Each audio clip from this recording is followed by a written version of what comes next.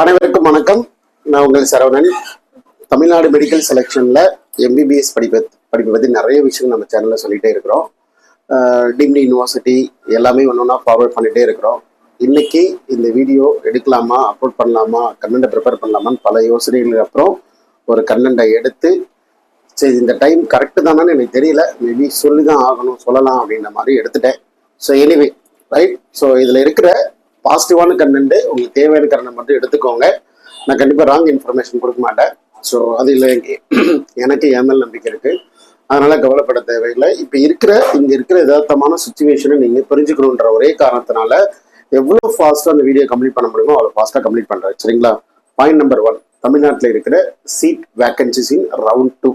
So புது college வந்ததையும் last day வரைக்கும் இன்னைக்கு வரைக்குமே நான் நிறைய மாணவர்கள் வந்து ஆல் இண்டியா கோட்டாவில் கிடைச்சதை வச்சு ரிசைன் பண்ணியிருக்கிறாங்க. ஸோ அந்த ரிசைனேஷனாலையும் டீம்டு யூனிவர்சிட்டியில் ஒரு சீட் கிடைச்சிருச்சு. மேனேஜ்மெண்ட் கோட்டாவில் மைனாரிட்டியில் போயிட்டு கிட்டத்தட்ட ஒரு 19-20 லட்சம் ஒரு காலேஜில் ஜாயின் பண்ணேன். இப்போ எனக்கு வேண்டாம் அது அப்படின்ற மாதிரியான நிறைய இம்பாக்ட்லாம் கிரியேட் ஆகி சில இடங்கள் வந்து வேகன்சி ஆகிருக்கு. காரணம் அவங்க ரிசைன் பண்ணியிருக்கிறாங்க அப்படின்றதுக்காக.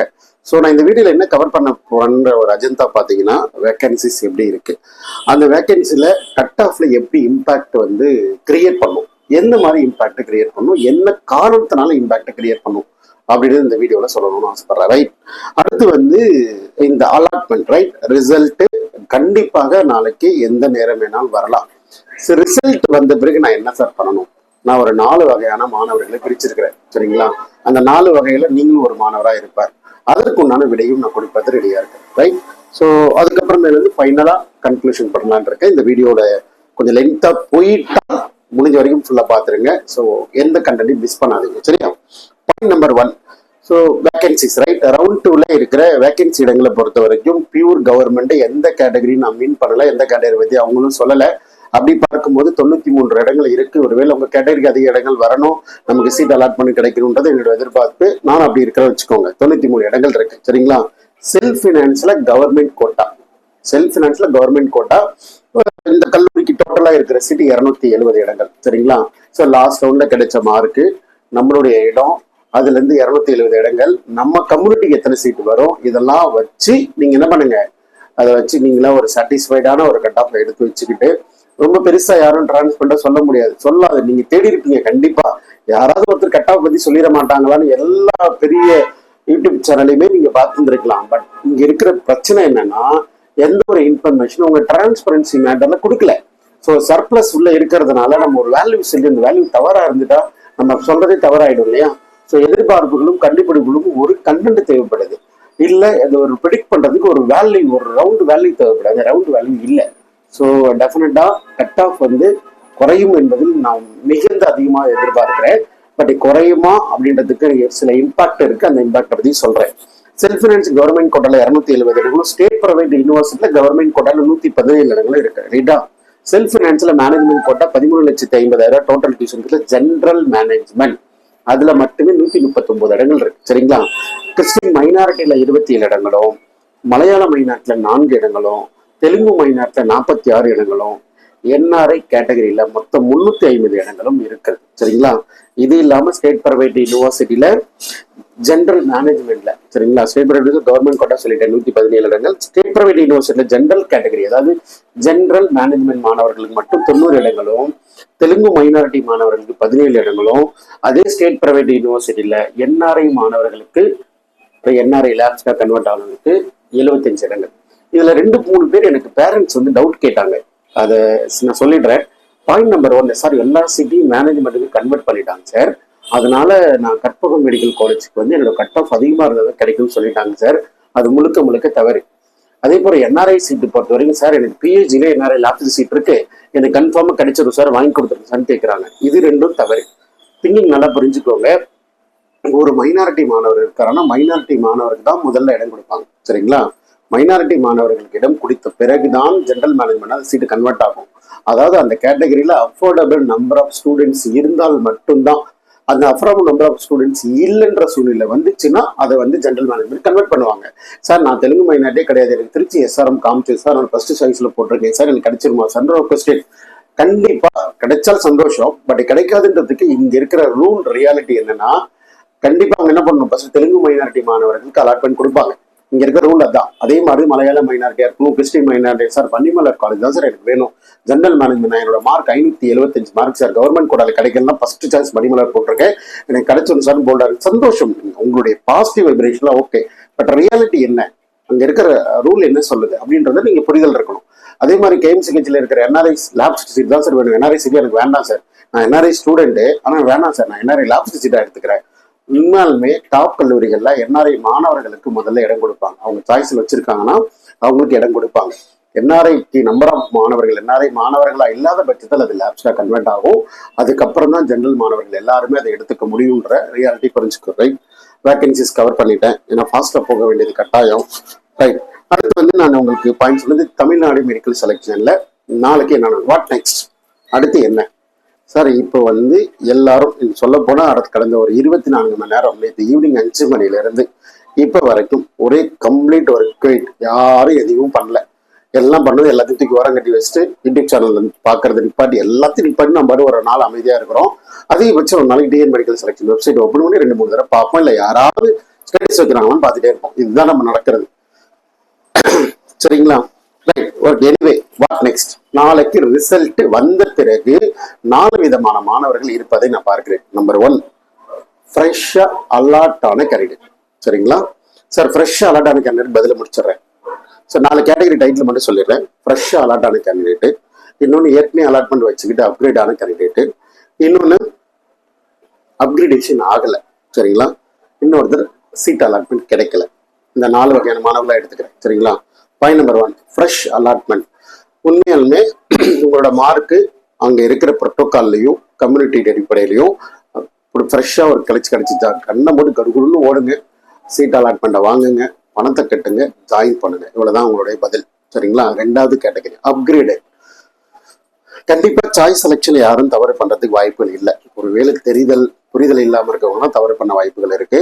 பட் ஒருவேளை உங்களுக்கு அப்கிரேடேஷன் ஆயிருக்கு, கண்டிப்பா அப்கிரேடேஷன்ல உண்மையாலுமே உங்களுக்கு பிடிச்ச ரொம்ப சந்தோஷமான கம்ஃபர்டபுளான ஒரு கல்லூரியை தான் ஆப்ஷன் வச்சிருப்பீங்கன்னு எதிர்பார்க்கிறேன். ஒருவேளை உங்க மார்க் பொருத்தமா இருக்கு, இது அப்கிரேடேஷன் ஆயிடுச்சு அப்படின்னா தாராளமா நீங்க என்ன பண்ணுங்க, ஃபர்ஸ்ட் எங்க ஜாயின் பண்ணீங்களோ அந்த காலேஜ்ல போயிட்டு எல்லா டாக்குமெண்ட்டையும் வாங்கிட்டு கட்டண பணத்தை ரீஃபண்ட் வாங்கிக்கோங்க. ஆனா கவர்மெண்ட்டுக்கு கட்டண பணம் ஆட்டோமேட்டிக்கா அந்த காலேஜ் கன்வெர்ட் ஆகிடும். நீங்க என்ன பண்ணுங்க, ஃப்ரெஷ் அலாட்மெண்ட் ஜஸ்ட் லாகின் பண்ணி டவுன்லோட் பண்ணிட்டு அதை எடுத்துட்டு போய் என்ன பண்ணுங்க, ஃப்ரெஷ் காலேஜ்ல கொடுக்கறதுக்கு முன்னாடி ஃபர்ஸ்ட் ஒரு காலேஜை ஜாயின் பண்ணீங்களே அவங்க போய் டாக்குமெண்ட்லாம் வாங்கிக்கோங்க. அவங்கள்ட்ட கட்டண பணத்துல அப்கிரேட் ஆகிட்டா ஒரு சார்ஜஸ் மாதிரி நார்மலா எல்லா காலேஜிலும் படிப்பாங்க, 25,000 வாட் எவர் அவங்க என்ன சொல்றாங்களோ அந்த பேமெண்ட்டை மைனஸ் பண்ணிட்டு ரிமைனிங் அமௌண்ட்டை ஒரு 1 or 2 daysல கொடுக்குறேன்னு சொல்லுவாங்க. சில பேர் உடனே கொடுத்துருவாங்க, அதை ரீஃபண்ட் ப்ராசஸ் பண்றோம்னு சொல்லுவாங்க. நீங்க அடுத்து எந்த காலேஜ் இருக்கோ அதுக்கு ரிப்போர்ட் பண்ணிடுங்க. ஃப்ரெஷ் அலாட்மெண்ட் சொல்லிட்டேன், அப்கிரேடேஷன் சொல்லிட்டேன். அப்கிரேட்ஸ் கிடைச்சவங்க சூப்பர் சூப்பர் சூப்பர், நல்ல காலேஜாக தான் இருக்கும் கண்டிப்பா. அடுத்து நாட் அப்கிரேடட், உங்களுக்கு அப்கிரேடேஷன் கிடைக்கல, காலேஜில் ஜாயின் பண்ணிக்கிறீங்க, அந்த காலேஜ் உங்களுக்கு சாட்டிஸ்ஃபிகேஷன் இல்லை, இருந்தாலும் நம்ம அப்கிரேட் ஜாயின் பண்ணி ரிப்போர்ட் பண்ணிட்டீங்க, அப்கிரேடேஷன் போறீங்க. அப்கிரேடேஷன் போகும்போது உங்களுக்கு அப்கிரேட் ஆகல, நாட் அப்கிரேடட், அதே காலேஜ் ரீட்டைன் ஆயிருக்கு. ஒன்றும் பரவாயில்ல, ஒரு 10 நாளைக்கு வெயிட் பண்ணுங்க, அடுத்த ரவுண்ட்ல சந்திக்கலாம்.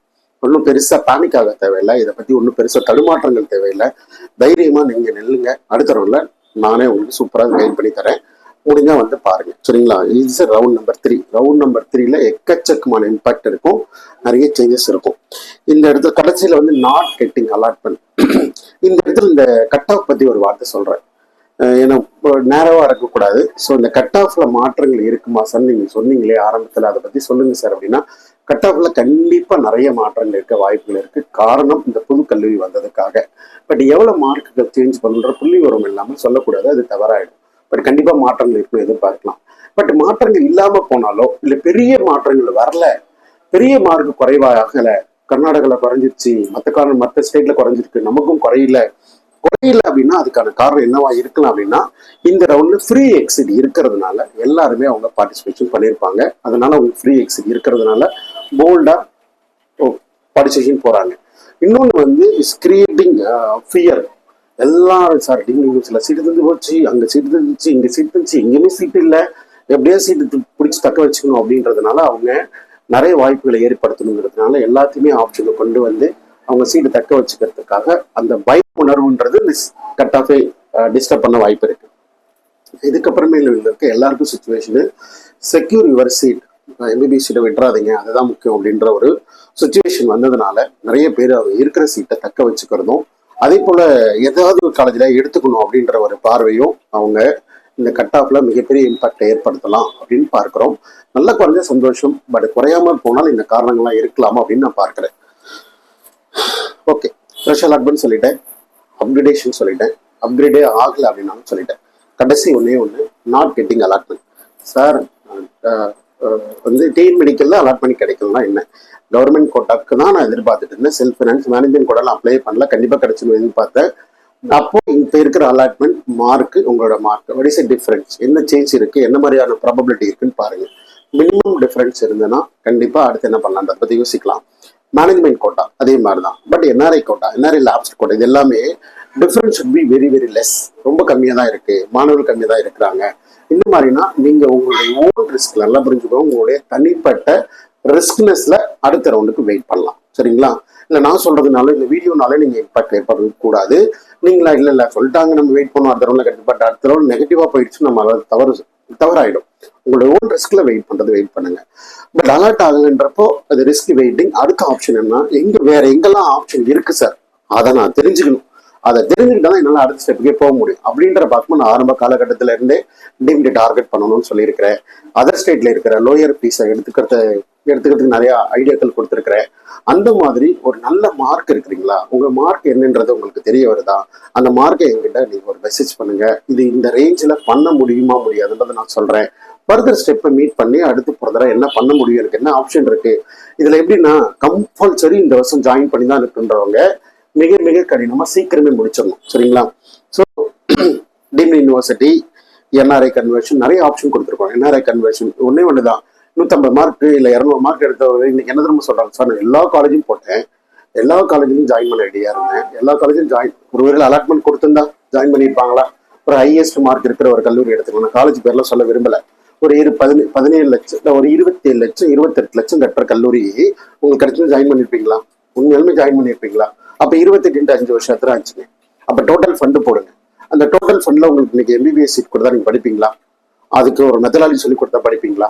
அது தாராளமா வந்து பாருங்க சார். இப்போ எக்ஸாம்பிள் நான் ஒரே வார்த்தை சொல்றேன், என்ஆர்ஐ சார் அப்படியே அதெல்லாம் போக முடியாது வர முடியாது நீங்க யோசிக்கிறத விட ஒரு மேக்ஸிமம் வேல்யூ இல்லை ஒரு deemed university.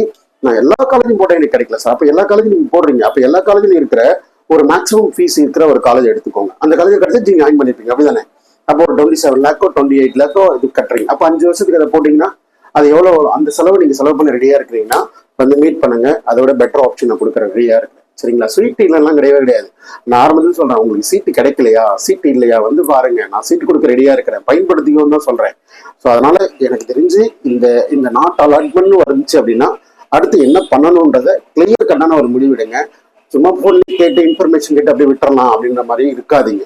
Comment meet me get first class allotment, right? Mark ரேஞ்சில் உங்களை என்ஆர்ஐ மாணவர்களாக கன்வெர்ட் பண்ணி அலாட்மெண்ட் வாங்கி எந்த ஒரு டாக்குமெண்ட் பிரச்சனை இல்லாமல் உள்ள கொடுக்க முடியும். மறந்துடாதீங்க, அதனால பாசிபிள் எல்லா சப்போர்ட்டும் நம்ம பண்றோம். சரிங்களா? முடிச்சுக்கிறேன் பெரிய வீடியோ.